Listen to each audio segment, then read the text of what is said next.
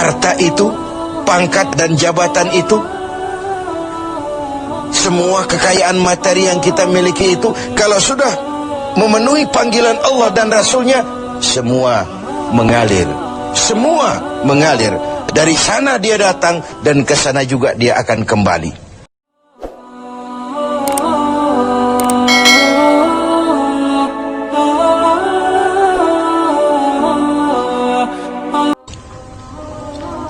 Adalah umum bahwa orang yang memiliki sesuatu tentu ingin merasakan nikmat dan manfaat dari sesuatu yang dimilikinya itu. Apa gunanya punya radio bagus kalau telinga tuli?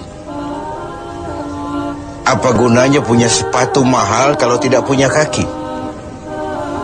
Apa guna punya televisi berwarna, gambarnya terang kalau mata pun buta? Demikian juga iman. Apa arti iman itu kalau kita belum bisa merasakan nikmatnya, indahnya, manisnya iman?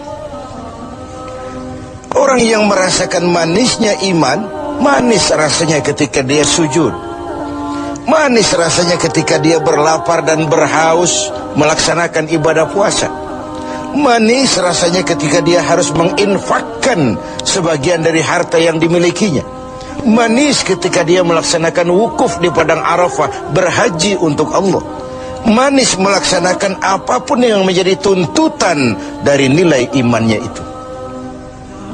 Untuk bisa merasakan nikmatnya, manisnya, indahnya iman, Rasulullah sallallahu alaihi wasallam mengajarkan kepada kita salasun man kunna fihi wajada halawatal iman.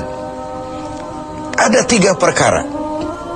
Siapa yang mempunyai 3 hal ini, 3 perkara ini, ia akan bisa merasakan manisnya iman, indahnya iman, nikmatnya iman. Apa yang 3 itu? Pertama, ayyakuna Allah wa rasuluh ahabba ilaihi mimma siwahuma.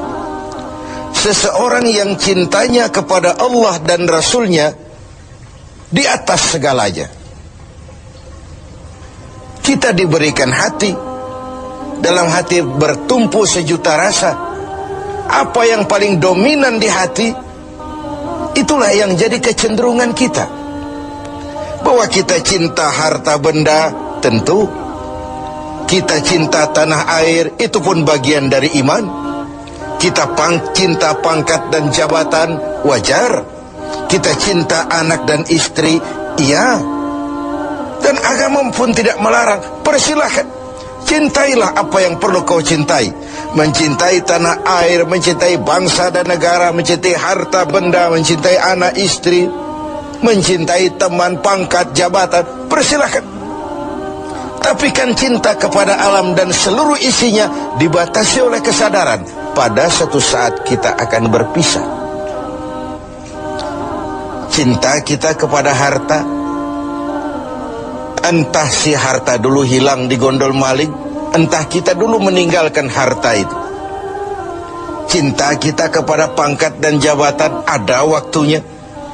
Cinta kita kepada anak istri sekalipun ada saatnya. Inilah batas kesadaran itu, supaya dia jangan berurat dan berakar di hati. Kepada Allah dan Rasulnya kita tidak akan pisah selamanya. Kesana idealnya kita memperbanyak rasa cinta ini. Ketika terjadi perang Tabuk, baginda Rasul melakukan mobilisasi dana. Semua sahabat memberikan sumbangannya. Datanglah seorang sahabat, Sayyidina Abu Bakar Siddiq radhiyallahu an, memberikan harta bendanya. Begitu banyak sampai Rasul bertanya, hal tarakta li ahlika syai'an ya Abu Bakar? Begini banyak yang kau bawa ini Abu Bakar, kau belanjakan di jalan Allah untuk kepentingan perang Tabuk, mempertahankan akidah. Apa buat keluargamu sudah kau tinggalkan sesuatu untuk kehidupan mereka?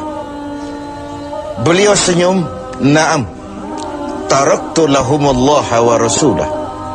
Benar, sudah aku tinggalkan buat keluargaku. Apa yang ditinggalkan? aku tinggalkan kepada mereka Allah dan Rasulnya. Cinta kepada Allah dan Rasulnya, itu yang aku tinggalkan kepada keluargaku. Adapun harta, semuanya aku belanjakan di jalan Allah untuk kepentingan mempertahankan keyakinan. Ini adalah sebuah contoh orang yang cintanya kepada Allah dan Rasulnya di atas segalanya. Harta itu, pangkat dan jabatan itu, semua kekayaan materi yang kita miliki itu, kalau sudah memenuhi panggilan Allah dan Rasulnya, semua mengalir. Semua mengalir. Dari sana dia datang dan ke sana juga dia akan kembali. Inilah keyakinan terhadap inna lillahi wa inna ilaihi raji'un. Dari Allah segalanya datang, ke jalan Allah juga, kepada Allah juga semuanya akan kembali. Jadi kalau cinta ini sepenuhnya sudah kita gantungkan kepada alam dan isinya, cinta benar kita kepada pangkat dan jabatan, sehingga sulit melepaskannya, akhirnya terkena penyakit megalomania, sindrom power syndrome. Sulit balik jadi orang biasa, sudah kadung jadi pejabat tinggi. Sulit melepas pangkat dan jabatan, dengar mau ada mutasi, gerasak gerusuk, cari mbah ini, cari mbah itu, bawa ayam putih, bawa kambing hitam, macam-macam dilakukan. Sebagai cermin bahwa jabatan itu berakar di hati, sulit untuk melepaskannya. Orang yang cintanya kepada Allah dan Rasulnya, kalau satu saat dia harus melepas yang dia sayangi, dahulu pun ketika terlahir ke alam ini, tidak ada harta yang saya bawa. Kalau sekarang saya harus melepasnya, innalillah wa inna ilaihi raji'un. Dahulu pun ketika terlahir ke alam ini, tidak ada pangkat dan jabatan yang saya sandang. Kalau sekarang saya harus melepaskannya, innalillah wa inna ilaihi raji'un. Oh, itu cuma sekadar titipan dari Allah saja. Disinilah lapang dadanya seorang mukmin ketika dia menempatkan cinta Allah dan Rasulnya di atas segalanya. Ini yang pertama.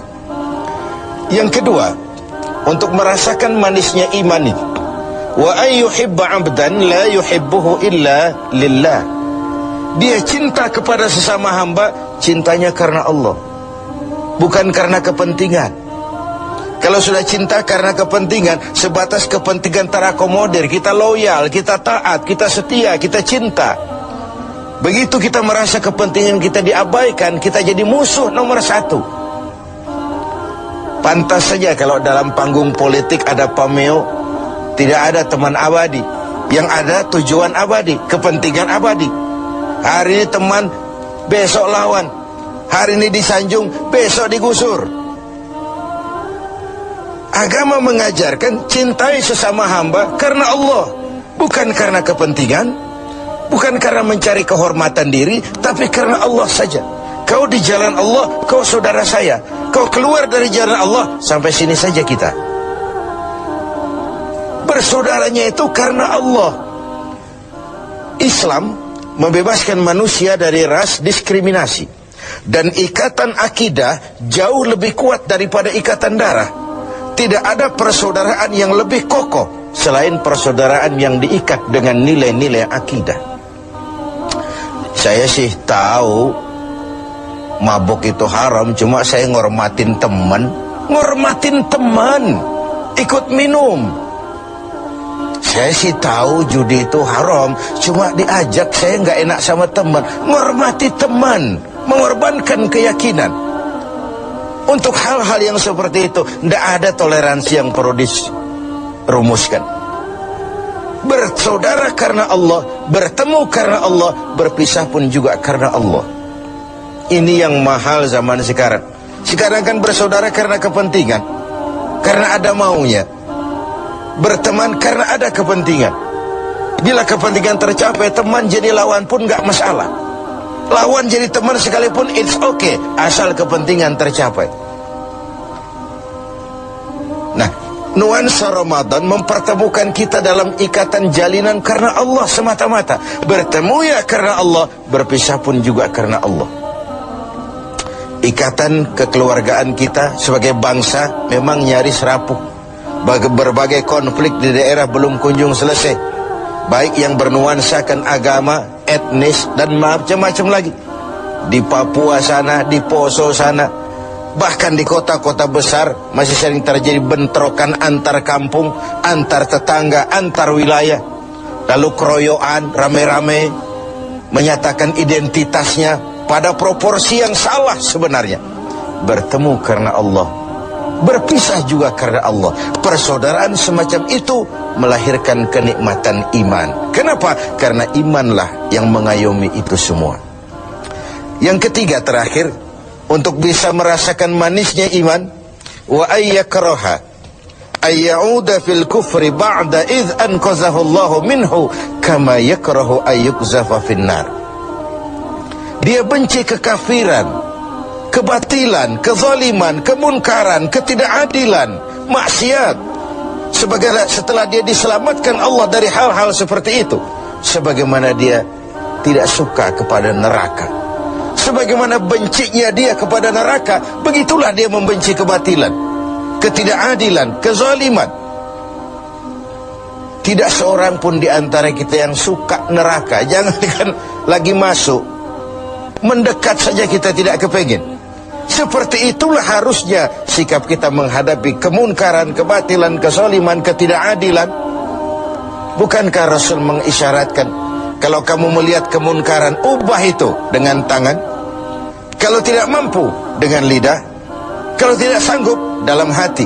Setidaknya jangan join dengan kebatilan dan kemunkaran. Mengubah sebuah kemunkaran dengan tangan, itu simbol dari power. Siapa yang punya power? Penguasa. Tugas penguasa itu, yang punya pasukan, punya senjata, punya dana, punya sistem, punya strategi untuk memberantas kemunkaran. Ada yang memberantas kemunkaran dengan lidah, dengan bicara. Para ulama, para mubalik, para kiai, para wakil-wakil rakyat di DPR sana mencegah yang munkar dengan lidah, bicara, sampaikan apa yang menjadi aspirasi rakyat. Ada yang dalam hati saja, ini biasanya rakyat banyak, bicara nggak didengar, kadang juga takut akibatnya. Dalam hati saja, setidaknya tidak join dengan yang namanya kemunkaran. Karena ketika yang ma'ruf berjalan, yang munkar juga berjalan, sama-sama berjalannya, lalu hukuman datang kepada yang munkar ini, yang ma'ruf pun akan terkena juga dampak dan akibatnya. Inilah makna pernyataan Quran, wattaqu fitnatan la tusibanna allazina zalamu minkum khassah. Takutlah musibah, bencana yang kalau datang tidak hanya menimpa orang-orang yang zalim di antara kamu, yang baik pun akan terkena juga dampaknya.